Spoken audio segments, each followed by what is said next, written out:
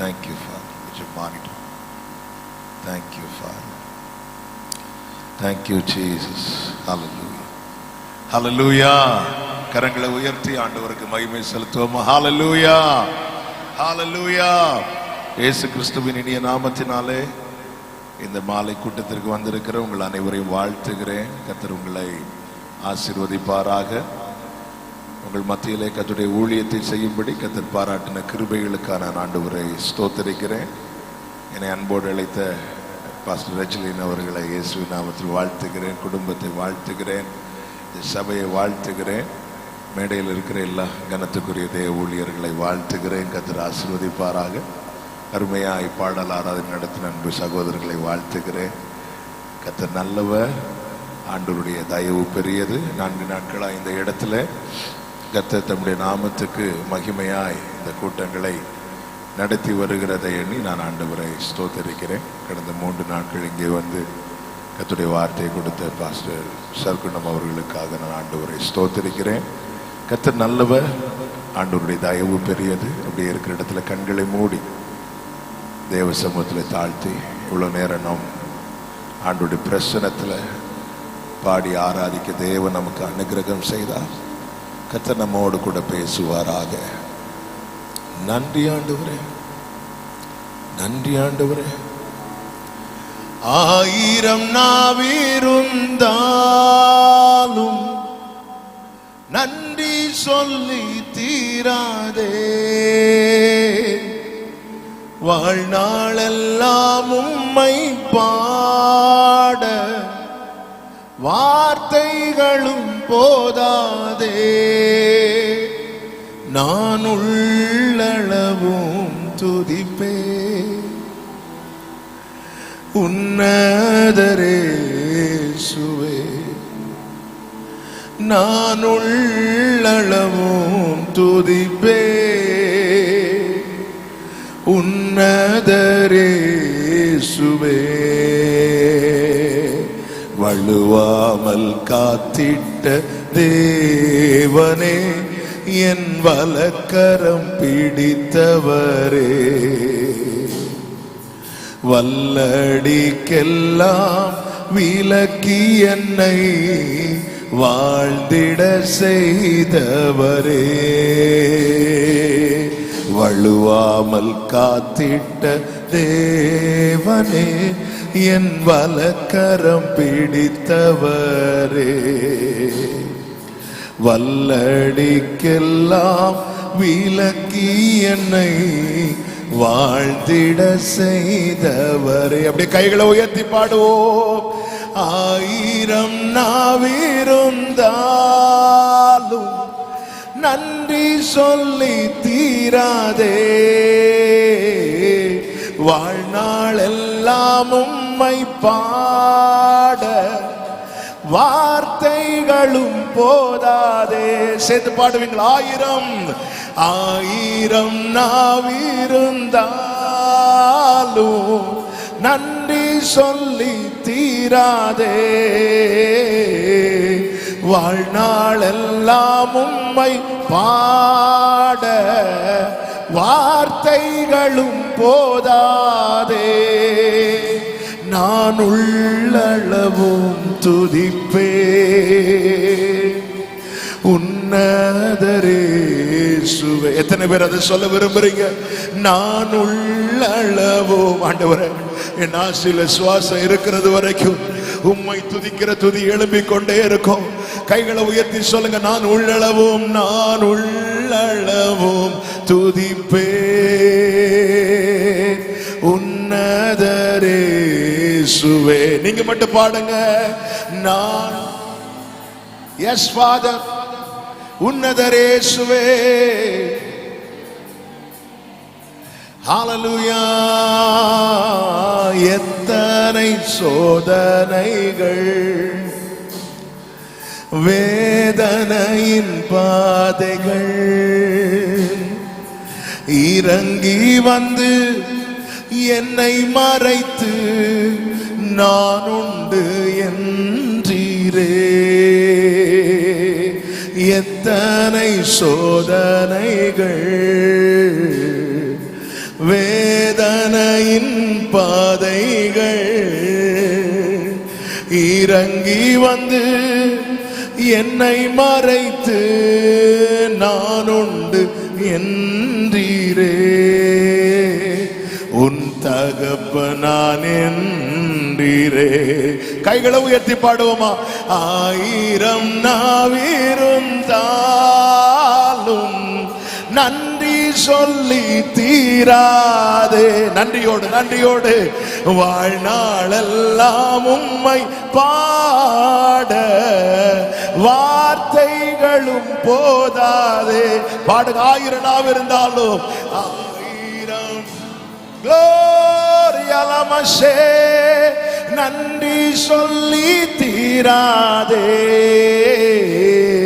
வாழ்நாளெல்லாம் உம்மை பாட வார்த்தைகளும் போதாதே.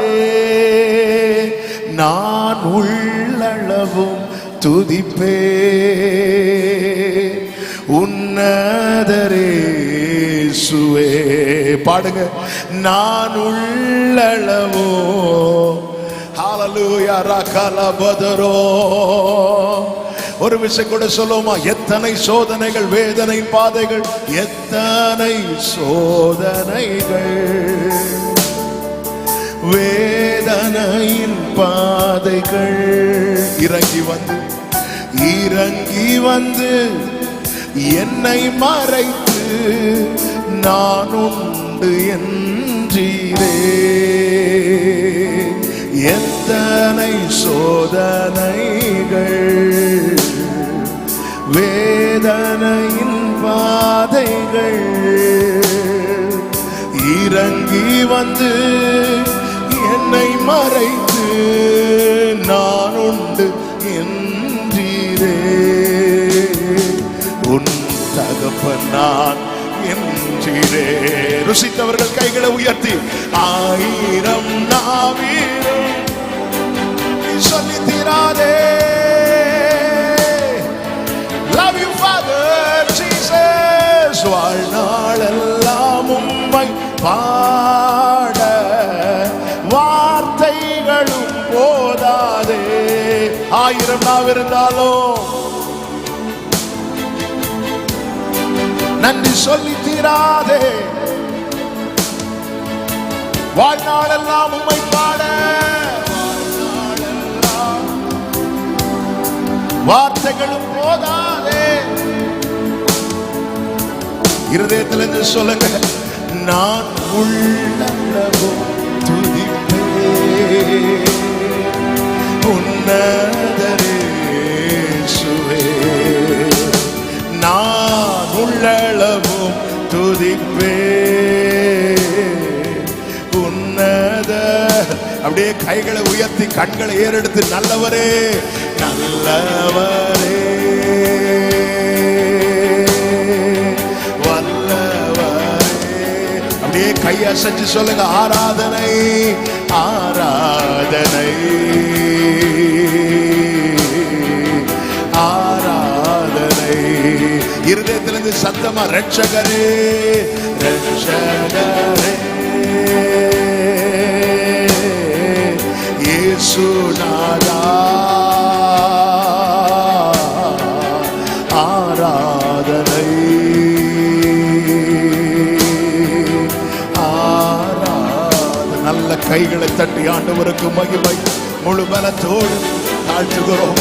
நீர் நல்லவர், நீர் வல்லவர், நீர் ரட்சகர், எங்கள் ரட்சகர், எங்கள் ரட்சகர். நன்றி அப்பா, தாழ்த்துகிறோம். தொடர்ந்து எங்க கூட பேசுங்க ராஜா, மீட்பர் நாமத்தில் பிதாவே. ஆமென் ஆமென் ஆமென். ஹல்லேலூயா. வேதத்தை எடுத்துக்கொள்வோம். 73வது சங்கீதம். 73வது சங்கீதம். இந்த ரைட் மானிட்டர் கொஞ்சம் வச்சுக்கணும். இந்த ரைட்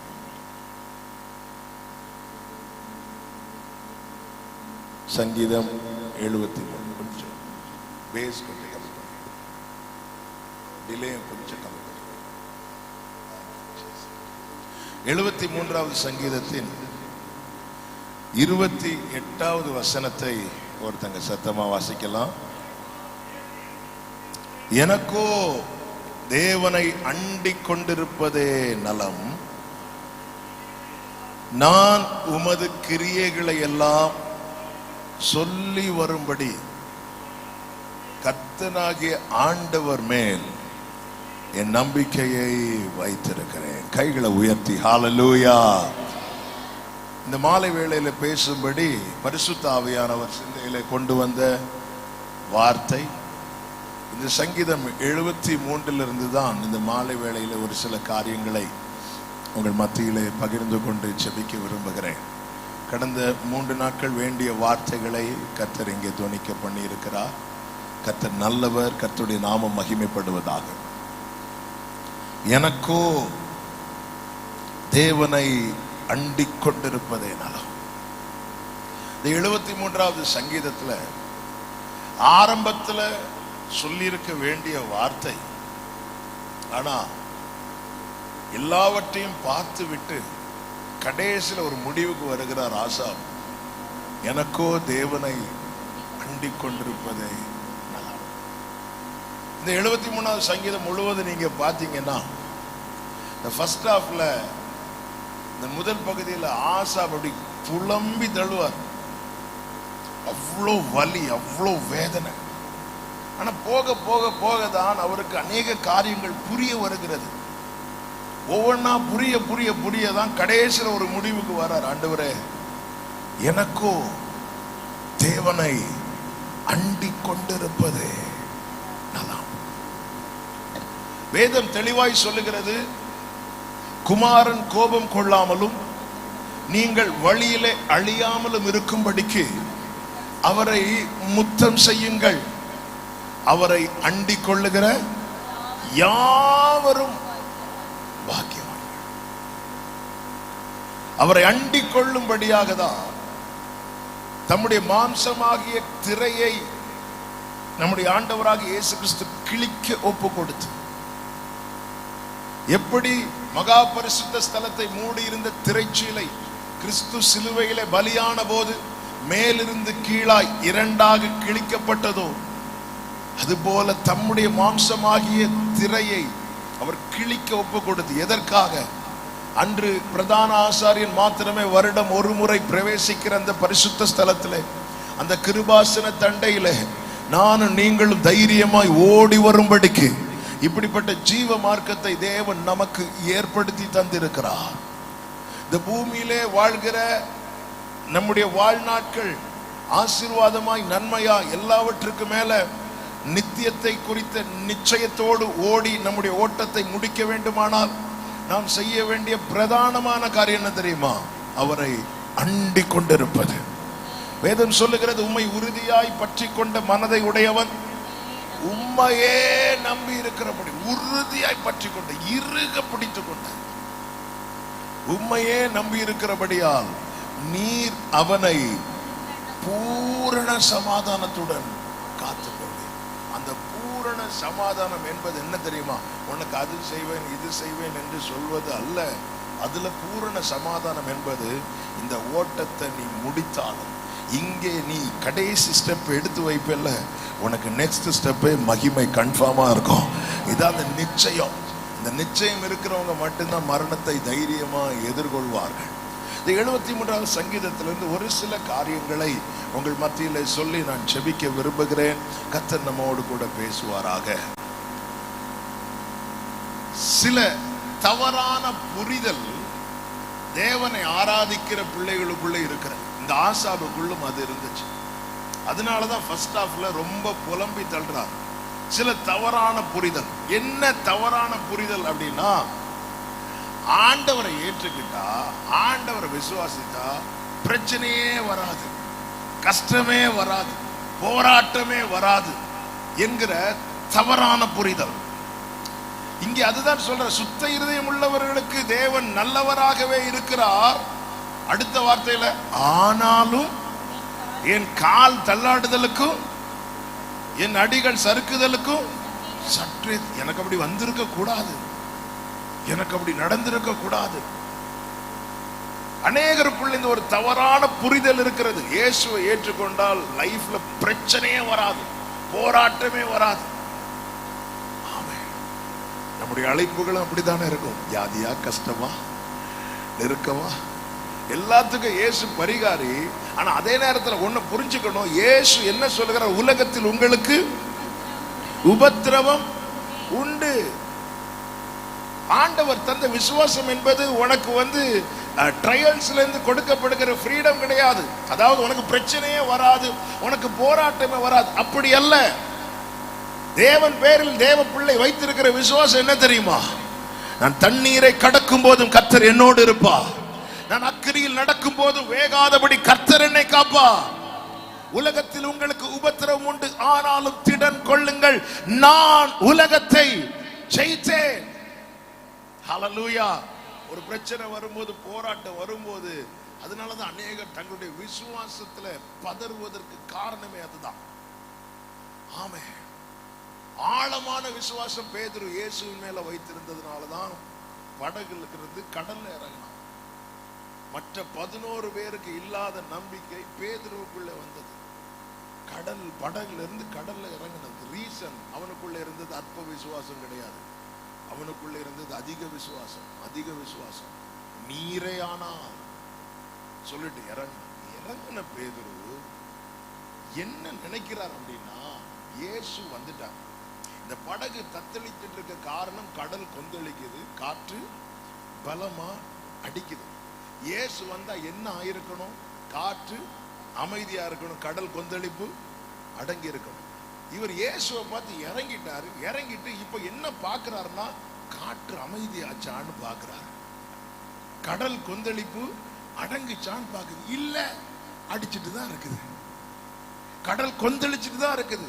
இத பார்த்ததும் படகில் இருந்த போது அவரில் வெளிப்பட்ட அந்த அதிக விசுவாசம், இத பார்த்ததும் அற்ப விசுவாசம் ஆயிட்டு. எப்பொழுது அற்ப விசுவாசம் ஆச்சு, பொசுக்குன்னு உள்ள போறாரு பேதுரு. உடனே கர்த்தர் கை நீட்டி, அற்ப விசுவாசியே, ஏன் சந்தேகப்பட்ட? ஏன் சந்தேகம் வருது தெரியுமா? நம்ம சூழ்நிலை இன்னும் மாறலையே. இயேசு வந்து காற்று அமைதியா இருக்கணும், கடல் அமைதியா இருக்கணும். இயேசு வந்தா இப்படி காற்று அடிக்கவே கூடாது, இயேசு இருந்தா இப்படி கடல் கொந்தளிக்கவே கூடாது. இன்னைக்கு நாமவே ஒரு நம்பிக்கையை உருவாக்கி வச்சிட்டு இருக்கிறோம். இயேசு வந்தா இந்த வியாதி வந்திருக்கவே கூடாது, இயேசு வந்தா இப்படி ஒரு பிரச்சனை வந்திருக்கவே கூடாது. நாமவே சரி, இயேசு இல்லாம நம்ம புறப்பட்டுட்டோம், காற்று அடிக்குது, கடல் கொந்தளிக்குது, இப்ப இயேசு வந்துட்டா முதல்ல அதுல ஸ்டாப் ஆயிருக்கணும். ஸ்டாப் ஆகல. கானாவூர் கல்யாண வீட்டுல குறை வந்த பிறகு இயேசு வந்தார, இயேசு வந்ததுக்கு அப்புறம் குறை வந்துச்சா? எனக்கு ஒரு வியாதி உண்டு, நான் இப்படி கேட்டுட்டே இருப்பேன், என் சர்ச்சில் இப்படி கேட்டு கேட்டு பழகிட்டேன், அதனால உங்களை யாரையும் சும்மா இருக்க விட மாட்டேன். இயேசு வந்ததுக்கு அப்புறம் குறைவு வந்ததா? குறைவு வந்ததுக்கு அப்புறம் இயேசு வந்தாரா? கானாவூர் கல்யாண வீட்டுல இயேசு வந்து உட்கார்ந்து இருக்கிறார், குறைவு வந்துச்சு, குறைவு வந்துச்சு. விசுவாசிக்கிறவன் பதறா. எதுக்கு அப்படி ஒரு வார்த்தை சொல்லப்பட்டிருக்கிறது? நம்ம நினைக்காத காரியம், நம்ம எதிர்பார்க்காத காரியங்கள் வாழ்க்கையில நடக்கும். நல்லா அருந்துட்டு இருக்கிற ஆசாவுக்கு திடீர்னு ஒரு சறுக்குதல், கொஞ்சம் நான் நினைக்கவே இல்லை. என்ன ஆண்டவரே, காலைல ஜெபம் பண்ணிட்டு தான் ஆண்டவரே வீட்டுல இருந்து இறங்கினேன், எல்லாம் கரெக்டா தான் ஆண்டவரே, சின்ன வயசுல அர்ப்பணிச்சுட்டேன் ஆண்டவரே, அப்போ ஏன் ஆண்டவரே? சில தவறான புரிதல். புரியாதவன் புலம்புவான், புரிந்தவன் சொல்லுவான், எனக்கோ தேவனை அண்டிக் கொண்டிருப்பதே.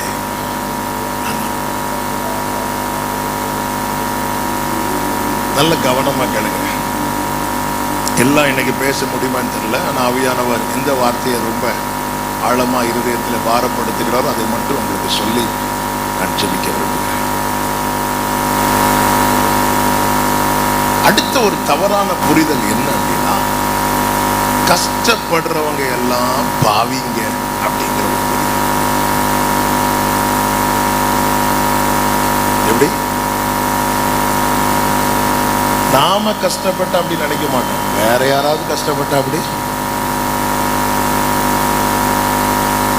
நாம கஷ்டப்பட்டா விசுவாச போராட்டம், வேற யாராவது கஷ்டப்பட்டா ஏதாவது தப்பு.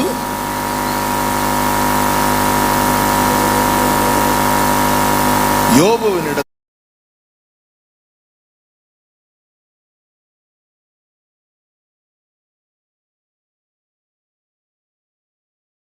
கர்த்தர் தெளிவா பேசிட்டாரு. யோபு 2வது அதிகாரம் அதனுடைய 3வது வசனத்துல, அப்பொழுது கர்த்தர் சாத்தானை நோக்கி, நீ என் தாசனாகி யோபுவின் மேல் விசில் வந்துட்டு வாசி. அப்பொழுது கர்த்தர் சாத்தானை நோக்கி, அந்த மைக் கொஞ்சம் கம்மி பண்ணிக்கணும், மானிட்டர்ல அந்த மைக் கொஞ்சம் கம்மி பண்ணிக்கணும். மைக் வசனம் வாசிக்கிறாங்க, அந்த மைக் கொஞ்சம் கம்மி பண்ணிக்கணும். வாசிங்க. அப்பொழுது கர்த்தர் சாத்தானை நோக்கி, நீ என் தாசனாகிய யோபின் மேல் கவனம் வைத்தாயோ? உத்தமனும் சன்மார்க்கனும் தேவனுக்கு பயந்து பொல்லாப்புக்கு விலகுறவனுமான மனுஷனாகிய அவனை போல பூமியில் ஒருவனும் இல்லை. முகாந்திரம் இல்லாமல் அவனை நிர்மூலமாக்கும்படி அவன் அந்த மானிட்டருக்குள்ள அந்த மைக் கம்மி பண்ணிக்கணும். நல்ல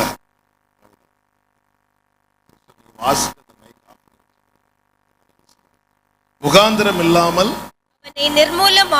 அவனை நிர்மூலமாக்கும்படி நீ என்னை ஏவின போதிலும் இங்கே யோபுவுக்கு சோதனைக்கு என்ன முகாந்திரம் இருக்கு? ஒரு முகாந்திரம். எனக்கு கர்த்தரே சர்டிபிகேட் கொடுத்துட்டார். உத்தமன், சன்மார்க்கன், தேவனுக்கு பயந்தவன், பொல்லாப்புக்கு விலகுகிறவன். ஆனா சில நண்பர்கள் வந்தாங்க பாருங்க, வந்து அவங்களுக்கு தெரிஞ்ச மாதிரி பேச ஆரம்பிச்சுட்டாங்க. 4வது அதிகாரம் 7வது வசனத்துல இப்படி சொல்றான் ஒரு நண்பன், குற்றம் இல்லாமல் அழிந்தவன் உண்டோ? சன்மார்க்கர் அதம் பண்ணப்பட்டது எப்போ? இதை நினைத்து பாரு. உண்மையா ஒருத்தர் வாழ்ந்தா இந்த கஷ்டம் வருமா? நீ இவ்வளவு அடி, உனக்கு அடி மேல அடி வருதுன்னா நீ கண்டிப்பா தப்பு பண்ணிருப்ப. சஃபரிங்க வந்து பேடா பார்க்கவே கூடாது. சஃபரிங்க ஒருத்தர் கஷ்டப்படும் போதே அவ்வளவுதான் என் வாழ்க்கையே போச்சு இப்படி பார்க்க ஆரம்பிச்சுட்டோம்னாலே நம்ம லைஃப் நாமளே நாசாக்கிட்டு இருக்கிறோம் அர்த்தம். உலகத்தில் உங்களுக்கு உபத்திரம் உண்டு என்று இயேசு யாரையும் பார்த்து சொல்லலங்க, தம்மோடு இருக்கும்படி எல்லாத்தையும் விட்டுட்டு வந்தாங்க தெரியுமா, அவர்களை பார்த்து சொல்லுகிறார். இன்னைக்கு தவறான புரிதல் என்ன? suffering is always bad. கஷ்டம்னு வந்துட்டு அவ்வளவுதான். இன்னைக்கு அநேகர் இப்படிதானே. துன்மார்க்கன் குற்றம் இல்லாமல் அழிந்தவன் உண்டு. உனக்கு ஏன் இந்த அழிவு வந்துச்சு? நீ கண்டிப்பா தப்பு பண்ணிருப்ப. கர்த்தரே சொல்றார், முகாந்திரம் இல்லாத சோதனை இது, முகாந்திரம் இல்லாத பிரச்சனை இது. ஆண்டவரே சொல்றார், முகாந்திரம் இல்லாம அவனை அழிக்கும்படி நீ என்னை ஏவின போதிலும். அவனை பார்த்து அவன் உத்தமத்தில் இருக்கிறான். ஆண்டவர் அதை நினைச்சு துடிக்கும் போது இங்கே ஆறுதல் சொல்ல வந்த நண்பர்கள் சொல்றாங்க, குற்றம் இல்லாம யாராவது அழிந்தவன் உண்டோ? சன்மார்க்கர் எங்கேயாவது அழிந்திருக்கிறாங்களா? நீங்க நினைச்சு பாருங்க. உங்க வாழ்க்கையில் இப்படி ஒரு கஷ்டம் வந்து நீ கண்டிப்பா தப்பு பண்ணிருப்ப. எங்க ஒருத்தன் பிறந்துட்டான், பிறக்கும் போது குருடனா பிறந்துட்டான். இயேசு சீஷர்களோட நடக்கும் போது பரிதாபப்படல. சீஷர்கள் கேட்கிறான், இவன் இப்படி பிறந்தது யார் செய்த பாவம்? இவன் பெற்றோர் செய்த பாவமான்னு கேட்டா ஓகே, கொஞ்சம் நியாயம் இருக்கு. இவன் செய்த பாவமா? இவன் என்னங்க பாவம் பண்ணான்? இவன் பிறக்கும் போதே குருடனா பிறக்கிறான். இன்னைக்கு தவறான புரிதல்.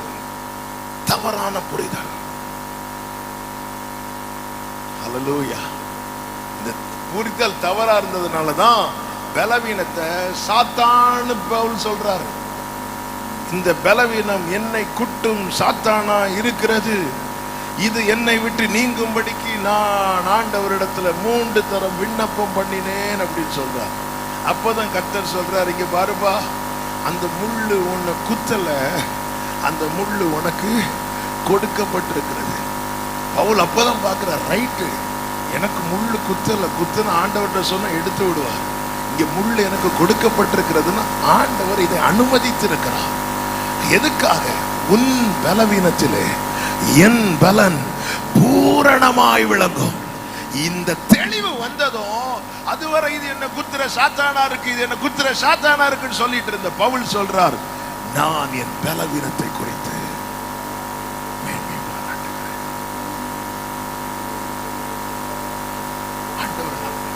எல்லாமே ரெகுலரா நடக்கும், ஜெபம் நடக்கும், பைபிள் ரீடிங் நடக்கும். எல்லாம் திடீர்னு இப்படி ஒரு காற்று அடிக்கும் போது, ஒரு பிரச்சனை வரும்போது அவ்வளவுதான் நீர் அறியா யாதும் நேரிடா. என் தலை முடியும் எண்ணி நீரே. ஹல்லேலூயா. வேதம் அழகாய் சொல்லுகிறது, வாழ்வு காலத்திலே அனுபவித்திரு, தாழ்வு காலத்திலே சிந்தனை செய். சிந்தனை செய்யணும். ஆண்டவர் சமூகத்தில் இப்படி எல்லாம் காற்றடிக்கும் போது, நெருக்க வரும்போது தேவ சமூகத்தில் போய் தனித்திருந்து சிந்தனை செய்யணும்.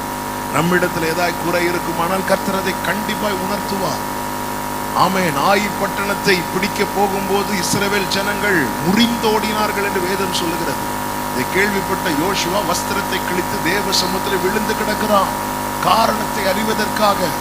காரணத்தை அறிவது அவசியம். அதற்கேற்றால் போல நாம் செயல்பட முடியும், ஜெபிக்க முடியும். காரணத்தை அறிவதற்கு, ஏன் அவனுக்கு தெரியல. ஆகான் என்கிற ஒருவன் சில பொருட்களை எடுத்து தன் வீட்டில் வைத்திருப்பது தெரியவில்லை. காரணத்தை அறிவதற்காக விழுந்து கிடக்கிறான். காரணம் தெரிவிக்கப்படுகிறது. ஒரு தேவ பிள்ளை காரணத்தை அறிந்து கொள்ள தேவ சமூகத்தில் விழுந்து கிடப்பது, அழுவது, இதெல்லாம் அவசியம். ஆனா அதே நேரத்துல பிரச்சனை வந்தாலே அவ்வளவுதான், அவ்வளவுதான், அவ்வளவுதான். பிழைப்போம் என்கிற நம்பிக்கை எங்களுக்கு அற்று போயிட்டு என்று அப்போஸ்தலனாகிய பவுலே சொல்லுகிறார். அப்படிப்பட்ட மரணத்தில் இருந்து கர்த்தர் எங்களை தப்புவிக்கிறார், இன்னும் தப்புவிப்பார் என்று நாங்கள் நம்பி இருக்கிறோம். சோதனைனாலே அவ்வளவுதான். எல்லாம் இந்த எண்ணம் என்ன ஆயிரும்னா, ஆண்டவர் ஏன் ஜெபத்தெல்லாம் கேட்க மாட்டார், நான் ஜெபம் பண்ணலாம் கேட்க மாட்டார் சொல்லிட்டு நம்முடைய பிரேயர் லைஃப்ல நாமே ஸ்டாப் பண்ணிடுவோம். ஏன்னா நான் டெய்லி ஜெபிக்கிறவனாச்சே, டெய்லி பைபிள் படிக்கிறவனாச்சே, அப்ப ஏன் எனக்கு இந்த சோதனை வரணும், ஏன் எனக்கு இந்த கஷ்டம் வரணும், எதனால எனக்கு இந்த நெருக்கம் வரணும்? அப்ப ஒரு காரியம் தெரியுது, நான் ஜெபம் பண்ண கர்த்தர்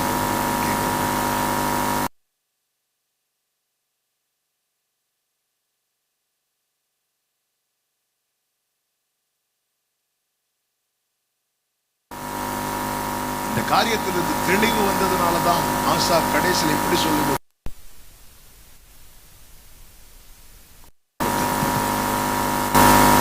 அடுத்த ஒரு தவறான புரிதல் என்ன தெரியுமா? மெட்டீரியல் ப்ராஸ்பரிட்டி தான் ரியல் ப்ராஸ்பரிட்டி நினைக்கிற புரிதல். அதாவது உலக பிரகாரமான செழிப்பு தான் உண்மையான ஆசீர்வாதம் என்கிற தவறான புரிதல். ஆண்டவர் யாரை எப்படி நடத்தணுமோ அப்படி நடத்துவார்.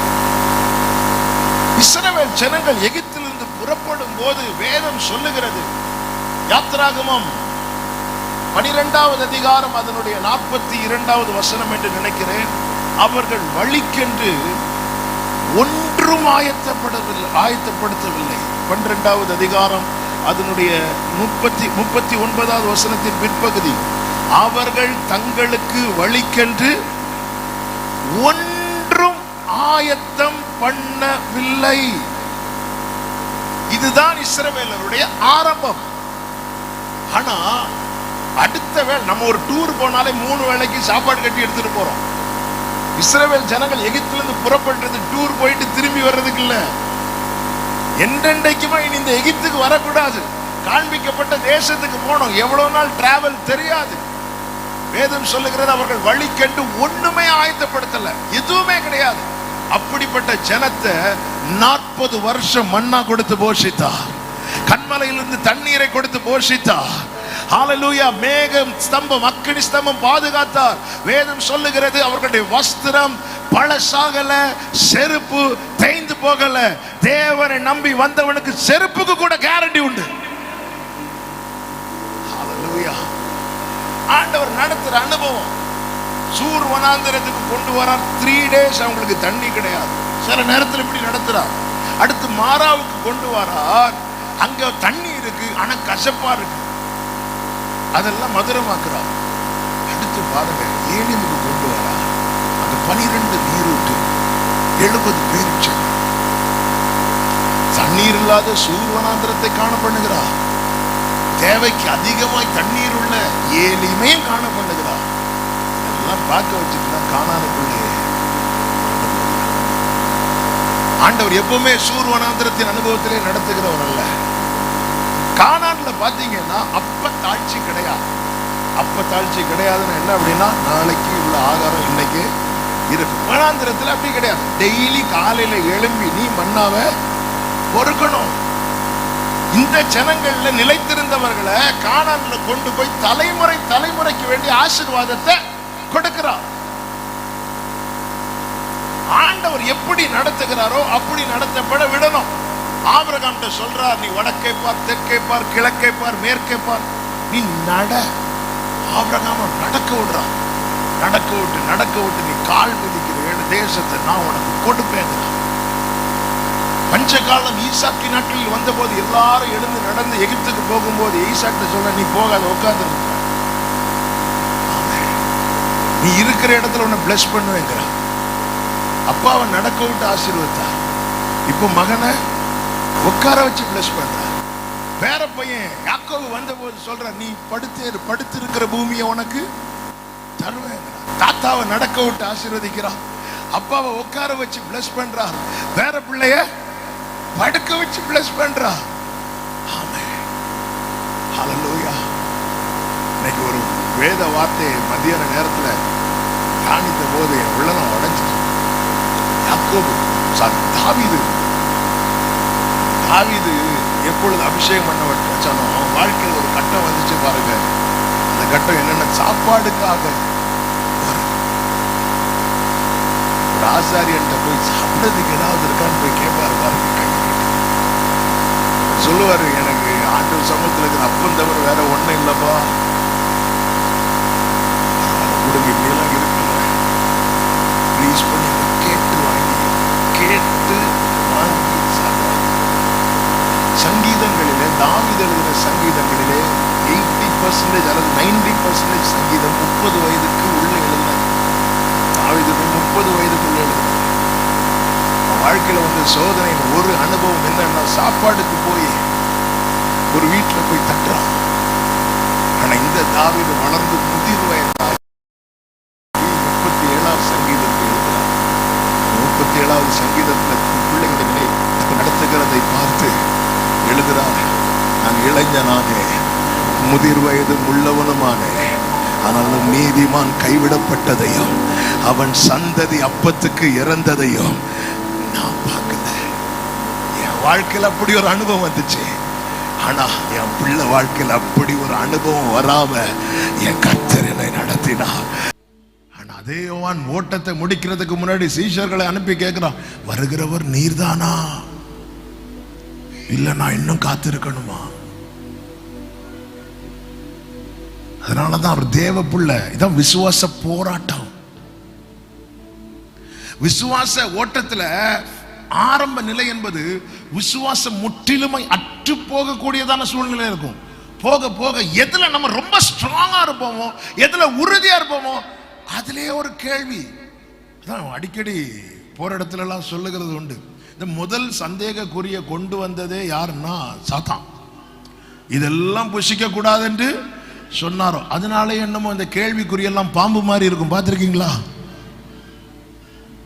எல்லா கேள்விக்குறி பாருங்க பாம்பு மாதிரியே இருக்கும். அப்பாலே போ சாத்தானேன்னு யோவானை எத்தனை பேருக்கு முன்னாடி நீ தானே காட்டி கொடுத்த, இதோ உலகத்தின் பாவத்தை சுமந்து தீர்க்கிற தேவாட்டுக்குட்டி, தேவாட்டுக்குட்டி. இப்போ ஏன் இந்த டவுட் வருது?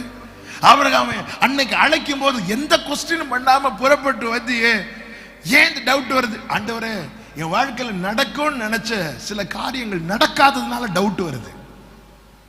யோவான் என்ன சொல்வார்னா, எனக்கு பின்னாக ஒருவர் வருவார், நான் ஜலத்தில் உங்களுக்கு ஸ்நானம் கொடுக்கிறேன், அவர் பரிசுத்த ஆவியில. இன்னும் அது நடக்கல, இன்னும் அது நடக்கல. அதனால யோவானுக்கு டவுட் வந்துச்சு.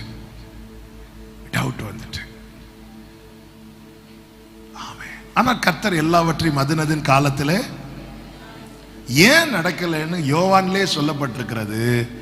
ஆமே, யோவான் சுவிசேஷத்தில் சொல்லப்பட்டிருக்கிறது, இயேசு இன்னும் மகிமைப்படாதபடியினாலே பரிசுத்த ஆவி இன்னும் அருளப்படவில்லை. இயேசு கிறிஸ்து என்ன சொன்னார்?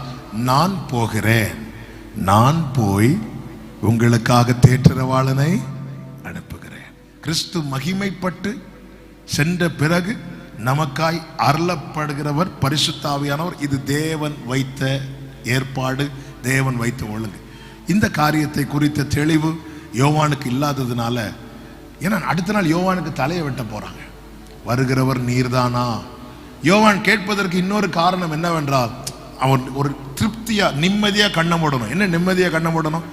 என்னை எதுக்கென்று தேவன் அழைத்தாரோ அந்த காரியத்தை நான் செஞ்சு முடிச்சிட்டேன். யோவானை குறித்த தேவ திட்டம் என்ன? கர்த்தருக்கு வழியை ஆயத்தப்படுத்து. கரெக்டா ஆயத்தப்படுத்தியாச்சு. எனக்கு அந்த ஒரு கன்ஃபர்மேஷன் வேணும். ஓட்டத்தை முடிக்கிறதுக்கு முன்னாடி ஒரு கன்ஃபர்மேஷன் கண்டிப்பா தேவை. இல்லைன்னா நம்ம நிச்சயத்தோடு நம்முடைய ஓட்டத்தை நம்ம முடிக்க மாட்டோம். டவுட்ல இது அலறி ஏங்கி ஐயோ ஒரு பயத்தோடு தான். இது அப்படி இல்லை. நாளைக்கு யோவான் கழுத்தை வெட்ட போறான் ஏரோது. இன்னைக்கு எனக்கு ஒரு கன்ஃபர்மேஷன் வேணும். டபுள் செக் பண்றாரு, அவ்வளவுதான். டபுள் செக் பண்றாரு. கன்ஃபர்மேஷன் என்ன? வருகிறவர் நீர்தானா? உடனே கர்த்தர் ஏசாயா 61 போய் சொல்லுங்கன்றார். அந்த வார்த்தைகளை தான் எடுத்து இதெல்லாம் போய் சொல்லுங்க. ஏன் சொல்லுங்கன்னு சொல்றாருன்னா, இந்த யோவான் ஏசாயா நிருபத்தை முழுவதும் படித்தவன். அதனாலதான் ஏசாயா தீர்க்கதரிசியில் உரைக்கப்பட்டவன் நான் அப்படின்னு சொல்லிட்டு அவ்வளோ போல்டா அவருடைய ஸ்டேட்மெண்ட் கொடுக்கிறார். கர்த்தருக்கு வழியை ஆயத்தப்படுத்துங்கள் என்று சொல்லப்பட்டிருக்கிறதுல கர்த்தர் என்னை அனுப்பி இருக்கிறார். அதனாலதான் ஏசாயாவில் உள்ள வார்த்தைகளை போய் சொல்லுங்க. ஏசாயா 61 குருடர் பார்வையடைகிறார்கள், செவிடர்கள் கேட்கிறார்கள், தரித்திரருக்கு சுவிசேஷம் அறிவிக்கப்படுகிறது. போய் சொல்லுங்க, போய் சொல்லுங்க. ஆமென். வாழ்க்கையில இந்த தடுமாற்றம் இப்படிப்பட்ட குவெஸ்டின்லாம் வரும்போது ஒரு தேவ பிள்ளை நோக்கி பார்க்க வேண்டிய ஒரே திசை அவர் சமூகம் மாத்திரமே. டவுட்டோட ஓடுறதை விட தெளிவோடு நாம் எடுத்து வைக்கிற ஒவ்வொரு அடியுமே முக்கியம். குழப்பம்னு வந்துட்டுன்னா ஓட்டத்தை பாஸ் பண்ணுங்க, ஓட்டத்தை பிரேக் பண்ணி உட்காருங்க தேவ சமூகத்தில். சந்தேகம் வந்துட்டு அவசரம், என்ன அவசரங்க? என்ன அவசரம்? குழப்பத்தோடு வேகமாய் ஓடுவதை விட தெளிவோடு பொறுமையாய் ஒவ்வொரு ஸ்டெப் எடுத்து வைக்கிறான் தெரியுமா? அவன்தான் அவன்தான் ஆவிக்குரியவன். எல்லாம் எனக்கு தெரியும். நான் எதுல ஸ்ட்ராங்கா இருக்கிறேன், எதுல வீக்கா இருக்கிறேன்னு எனக்கு தெரியும். என்னதான் ஃபெய்த்தை பிரீச் பண்ணாலும் நான் எந்த விஷயத்துல ஷேக் ஆவேன்னு எனக்கு தெரியும். எந்த விஷயத்துல எந்த காரியம் வரும்போது நான் பாதிக்கப்படுறேன் எனக்கு தெரியணும். எனக்கு தெரியலன்னா நான் எல்லாத்துலயும் ஸ்ட்ராங் நினைச்சு நானே என்ன ஏமாத்திட்டு இருப்பேன். அப்படிதானே பேதுரு ஏமாந்து தன்னைத்தானே ஏமாற்றி போய் மறுதலித்து கொண்டான். ஆண்டவர் வான் பண்ணார்ல, நீ சேவல் கூறதுக்கு முன்னாடி என்ன 3 தடவை மறுதலிக்க போற. அது எப்படி ஆண்டவர் நீங்க சொல்லலாம்? இவங்க எல்லாரும் போனாலும் நான் போக மாட்டேன். என்னுடைய வீக்னஸ் என்னை சிருஷ்டித்தவருக்கு தான் தெரியும். அதனாலதான் தாவீது ஆண்டவர் சமூகத்தில் தன் வாழ்க்கையை வைத்து சொல்கிறார், ஆண்டவர் நீங்க என்ன ஆராய்ந்து அறிந்திருக்கிறீங்க. என் உட்காருதல் உங்களுக்கு தெரியும், என் எழுந்திருத்தல் உமக்கு தெரியும், நான் நடக்கிறது உமக்கு தெரியும், நான் படுக்கிறது உமக்கு தெரியும், நான் நினைக்கிறது உமக்கு தெரியும், நான் பேசுறது உமக்கு தெரியும். நீங்க என்ன பார்க்கிறீங்க, பாருங்க. வேதனை உண்டாக்கும் வழி என்னிடத்தில் உண்டோ என்று பார்த்து, எனக்கு தெரியலப்பா, எனக்கு எல்லாம் கரெக்டா தான் தெரியுது, என்னை பொறுத்த வரைக்கும் நான் சரியா தான் இருக்கிறேன்னு எனக்கு தோணுது. ஆனா நீங்க பாருங்க, வேதனை உண்டாக்கும் வழி என்னிடத்தில் உண்டோ என்று பார்த்து என்னை நித்திய வழியிலே நடத்த. ஆமென். வாழ்க்கையில இப்படிப்பட்ட தடுமாற்றங்கள் வரும்போது நாம பண்ற முதல் தவறு என்ன தெரியுமா? வார்த்தைகளை விடுவது. யோபு தன் உதட்டினால் பாவம் செய்யவில்லை. பிசாசானவன் அதிகமா யோபுவை சோதிக்கிறதுக்கு காரணம், அவன் எப்படியாவது வாயை திறந்து ஆண்டவரை தூஷிச்சிடும், எப்படியாவது வாயை திறந்து தூஷித்திடும். இதற்காக அவன் கடைசியில் யோபுவின் மனைவியே இன்ஃப்ளூயன்ஸ் பண்ண பார்த்துட்டான். யோபுவின் மனைவி யார எப்படி எல்லாமோ பேசியிருக்கலாம். என்ன பேசியிருக்கலாம்? நீங்க இப்படி இருக்கிறதுக்கு செத்து போயிடலாம், இப்படி பேசியிருந்தா கூட தப்பு கிடையாது. ஆனா யோபுவின் மனைவி வந்து சொல்றா, தேவனை தூஷித்து. இது யாருடைய சோதனை? சாத்தான் என்ன சொல்றான்? நீங்க அவன் வெல்த்ல கை வச்சு பாருங்க, அவன் ஹெல்த்ல கை வச்சு பாருங்க, அவன் உம்மை தூஷிக்கிறானோ இல்லையோ. அப்ப இதுதான் சோதனையே, யோபுவை தூஷிக்க வைக்கணும். கடைசியில மனைவி வந்து வேற எவ்வளோ வார்த்தைகள் இருக்குல்ல, எதுக்குங்க இப்படி ஒரு வாழ்க்கை, செத்து போயிடலாங்க இதுக்கு பேசாம.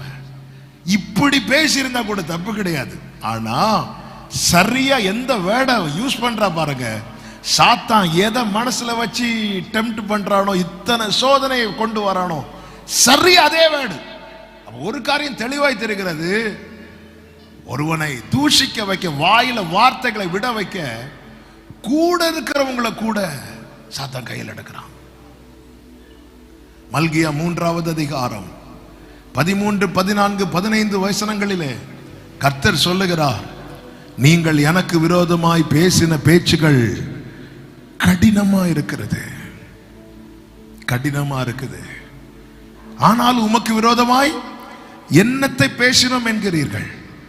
14வது வசனம், தேவனை சேவிப்பது விருதா. இதே வார்த்தை தானங்க ஆசாப் சொல்லுவார், நான் விருதாவா என் கைகளை கழுவி நான் சுத்திகரிக்கிறேன், ஆனாலும் காலை தோறும் தண்டிக்கப்படுறேன். நான் டெய்லி என் கையை கழுவுறேன், சுத்திகரிக்கிறேன், ஆனாலும் நான் காலை தோறும். இந்த பேச்சு கர்த்தருக்கு கடினமா இருக்குதான். தேவனை சேவிப்பது விருதா, அவருடைய கை கட்டளைகளை கை கொள்ளுகிறதுனாலும் என்ன பிரயோஜனம், என்ன பிரயோஜனம்.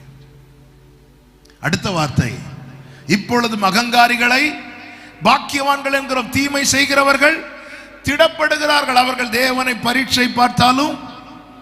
இதுதாங்க ஆசாவுடைய புலம்பல். தேவன் யாருன்னு கேட்கிறவன் நல்லா இருக்கிறான். கொரோனா காலத்தில் அவனுக்கு கொரோனா வரவும் இல்லை, லாக்டவுன் காலத்தில் அவன் பிசினஸ் டவுன் ஆகவும் இல்லை, அவன் நல்லா இருக்கிறான். ஆனா காலை தோறும் நான் கைகளை கழுவி என்னை சுத்திகரித்ததுக்கு அப்புறம் நான் தண்டிக்கப்படுறேன், அவன் நல்லா இருக்கிறான். ஆண்டவர் சொல்றார், நீங்க எனக்கு விரோதமாய் பேசின பேச்சு ரொம்ப கடினமா இருக்குது. அடுத்த வசனம், கர்த்தருக்கு பயந்தவர்கள் ஒருவரோடு ஒருவர் பேசிக்கொள்வார்கள், கர்த்தர் அதை.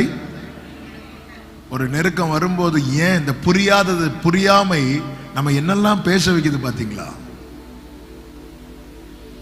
என்னங்க சிஸ்டர், அன்னைக்கு காலை ஜெபத்துக்கெல்லாம் வருவீங்க, இப்ப காணல.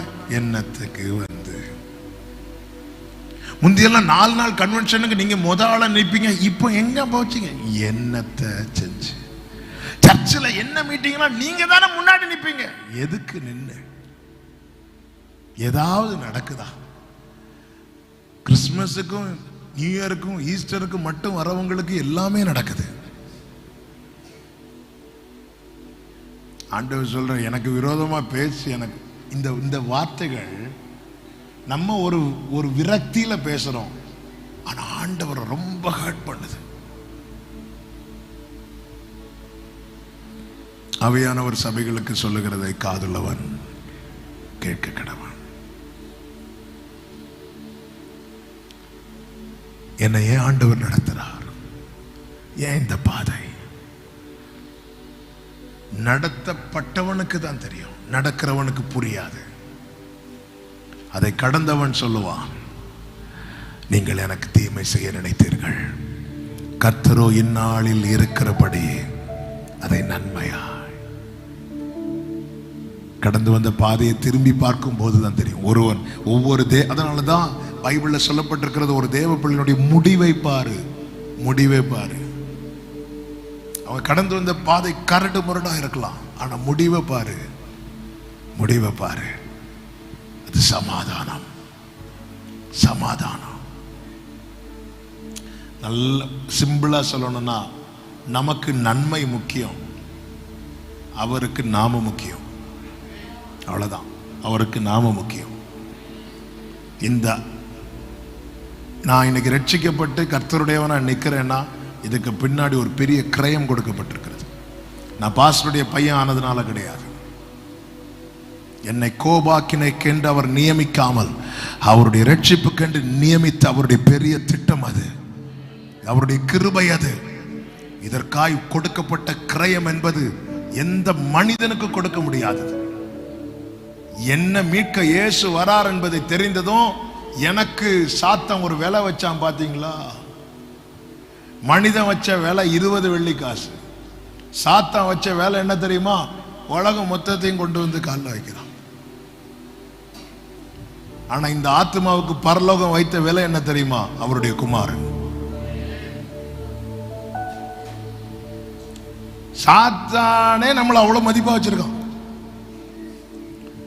நீங்க மட்டும் என்ன வணங்கிட்டீங்கன்னா இது எல்லாம் எதுக்கு? ஒரு மியூச்சுவல் டீலுக்கு நீங்க விட்டுருங்க, அப்படியே போயிருங்க. அவனை மட்டும் தொட்டுறாதீங்க. இல்ல, மனிதன் உலகம் முழுவதையும் ஆதாயமாக்கி கொண்டாலும் தன் ஜீவன் நஷ்டமானால், எனக்கு என் அப்பா ஒரு விலை வச்சாரு, அந்த விலைக்கு அந்த விலை இந்த உலகத்துல கொடுக்கிறதுக்கு எதுவுமே இல்லை, யாருமே இல்லை. தூதனை கூட அனுப்பலங்க, தம்முடைய ஒரே பேரான குமாரனை அனுப்பி இருக்கிறா.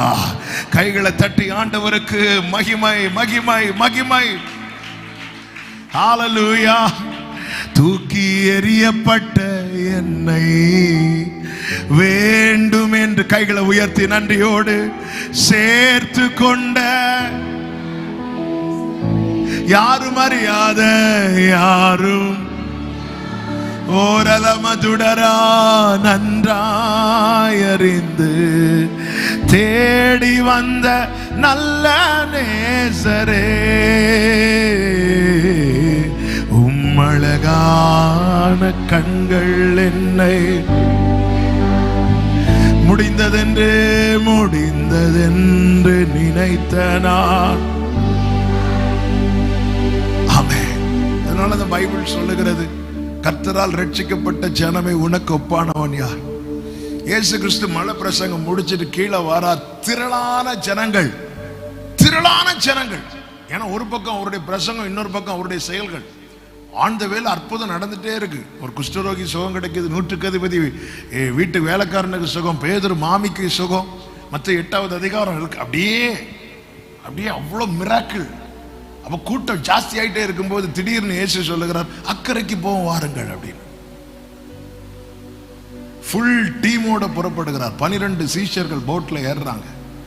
இயேசு ஒருவேளை சீஷர்கள் நினைச்சிருப்பாங்க, இதை விட பெரிய குரூசைடு அங்க இருக்கும், இதை விட பெரிய கூட்டம் அங்க இருக்கும்.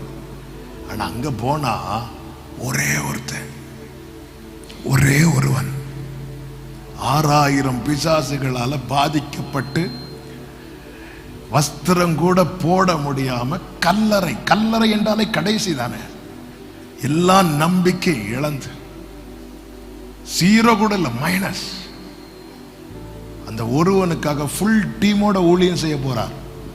எந்த பாஸ்டரோட போக முடியாது, என்னைய செய்யத்தான் சொல்றேன். யாருக்கும் இப்படி எல்லாம் யாருக்கும் செய்ய முடியும். ஏன்னா விலை கொடுத்தவருக்கு தான் அதோடைய வேல்யூ தெரியும். விலை கொடுத்தவருக்கு தான் தெரியும். வழியில எவ்வளவு தடை தெரியுமா? காற்று எதிரா, சூழ்நிலை எல்லாமே எதிரா இருக்கு. ஆனாலும் சரி வேண்டாம்ப்பா, இன்னைக்கு எதுக்கு, இந்த மீட்டிங் கேன்சல் பண்ணிடுவோம், போன் பண்ணி வேண்டாம் வேற ஆட்கள் அரேஞ்ச் பண்ணிடுவோம்னு சொல்லிட்டு அவர் திரும்பி போகல. வேலை கொடுத்தவருக்கு தாங்க தெரியும். தம்மை தாமே வெறுமையாக்கி வந்தது, வெறுமையான என்னை உங்களை அங்கு கொண்டு போவதற்காக. பட்டணத்துல கால் எடுத்து வைக்கிறார் பாருங்க, அங்க வேற எதுவுமே செய்யல, இந்த ஒருவனுக்காக. இந்த அன்பை பாடி தீராது, சொல்லி தீராது. ஹல்லேலூயா. விலை கொடுத்திருக்கிறார். அவருக்கு தெரியும் நம்மளை எப்படி நடத்தணும்னு. நீ தேவனை அண்டி இருப்பது மாத்திரமே உன் ஆத்துமாவுக்கு பாதுகாவல். தேவனை விட்டு விலகிட்டு வாழலான முடியாது. இளைய குமாரன் நினைச்சா அப்பாக்க சொத்து இருந்தா வாழ்ந்துடலாம், மூத்த குமாரன் நினைச்சா அப்பா கூட இருந்தா வாழ்ந்துடலாம். 2 பேருக்குமே தகப்பன் சொத்தை பிரிச்சு கொடுக்கிறா. ஆனா 2 பேருடைய என்ன அப்படின்னா, அப்பாக்க சொத்து இருந்தா வாழ்ந்துடலாம் என்று ஒருவன் நினைக்கிறான், இன்னொருத்தன் நினைக்கிறான் அப்பா கூட இருந்தா வாழ்ந்துடலாம். இன்னைக்கு எல்லாருக்கும் இயேசுவினிடத்தில் இருப்பது வேணும். ஆனா எத்தனை பேருக்கு இயேசுவோடு இருக்கிறது வேணும்? எனக்கோ தேவனை அண்டிக் கொண்டிருப்பது, உம்மோடு இருப்பதுதான் ஜீசஸ். உள்ளத்தின் உம் சித்தம் செய்வதுதான் இதயத்தின். கைகளை உயர்த்தி ஏசையா உம்மைத்தானே என் முன்னே நிறுத்தியுள்ளே. ஏசையா உம்மைத்தானே என் முன்னே நிறுத்தியுள்ளே.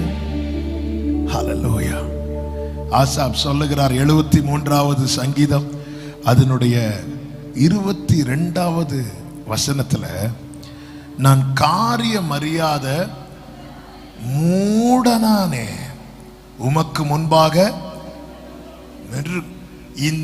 இந்த சரியான தெளிவு இல்லாம அவன் நல்லா இருக்கிறான் இவன் நல்லா இருக்கிறான் அப்படியே நினைச்சிட்டு இருக்கிறாங்க தெரியுமா. அவங்க ஆண்டவருக்கு முன்பாக எப்படி இருப்பாங்களாம்?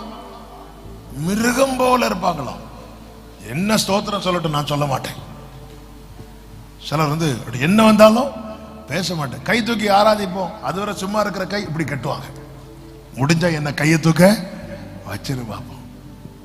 பைபிளை திறந்து பார்ப்போம். திறந்திருந்த பைபிளை ஓங்கி அடி. டோர் அடைச்சா கூட இவ்வளவு பெரிய சவுண்டு கேட்காது. நான் உமக்கு முன்பாக மிருகம் போல இருந்தேன். நானும் எவ்வளவு நாள் தான் ஜெபம் பண்ணி பார்க்கிறதுக்கு. ஜெபம்னா என்னுடைய ஜெபத்தை பார்த்து பரியாசம் பண்றவன் நல்லா இருக்கிறான். ஆனா ஜெபிக்கிறேன்னா காரியம் அறியாத மூடனானே உமக்கு முன்பாக மிருகம் போல இருந்தேன். ஹல்லேலூயா. என் ஆண்டவர் என்ன சரியாதான் நடத்துறார். நிச்சயம் உள்ளவர்கள் மாத்திரம் கைகளை உயர்த்தி சத்தமா ஆமென் சொல்லுங்க பார்க்கலாம். ஹல்லேலூயா, ஹல்லேலூயா. அவருக்கு தெரியுங்க. எரேமியாவை கொண்டு சொல்லுகிறார், என் ஜனமாகிய குமாரத்திய நான் வேறு எந்த பிரகாரம் நடத்துவேன்? என் நிலைமை நன்றாய் அறிந்தவர், பாவி என்னை அழைத்தவர், மீறின பின்பும் வெறுக்காதவர். பவுல் வாழ்க்கையில ஒரு ஓட்டத்தை துவங்குறதுக்கு முன்னாடி அனனியாட்ட சொல்றார், அவன் என் நாமத்து நிமித்தம் எவ்வளவாய் பாடுபட வேண்டும் என்பதை நான் அவனுக்கு காண்பிப்பேன். ஆண்டவர் உங்ககிட்ட வேற ஆப்ஷனே கிடையாது. ஆண்டவரே உங்ககிட்ட வேற வழியே கிடையாதா? நீ தண்ணீரை கடக்கும் போது நான் உன்னோடு இருப்பேன். நான் ஆண்டவர் தண்ணீரை கடக்கணும்? என்ன வேற நீ அக்கினியில் நடக்கும் போது நான் எதுக்கு ஆண்டவர் நடக்க? நீ நடக்கலப்பா, நான் உன்னை நடத்த போறேன்.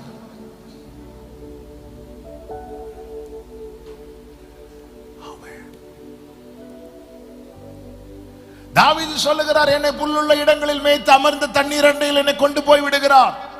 அப்படியே அடுத்த வார்த்தையில சொல்றார், நான் மரண இருளின் பள்ளத்தாக்கில் நடந்தாலும். என்ன தாவீது நேற்று பயங்கரமா சாட்சி சொன்னீங்க, புல்லுள்ள இடம் அமர்ந்த தண்ணீர். இன்னைக்கு என்னாச்சு? சிலருக்கு பிரச்சனையே சாட்சி சொன்னதுக்கு அப்புறம் தான் வரும். பார்த்திருக்கீங்களா?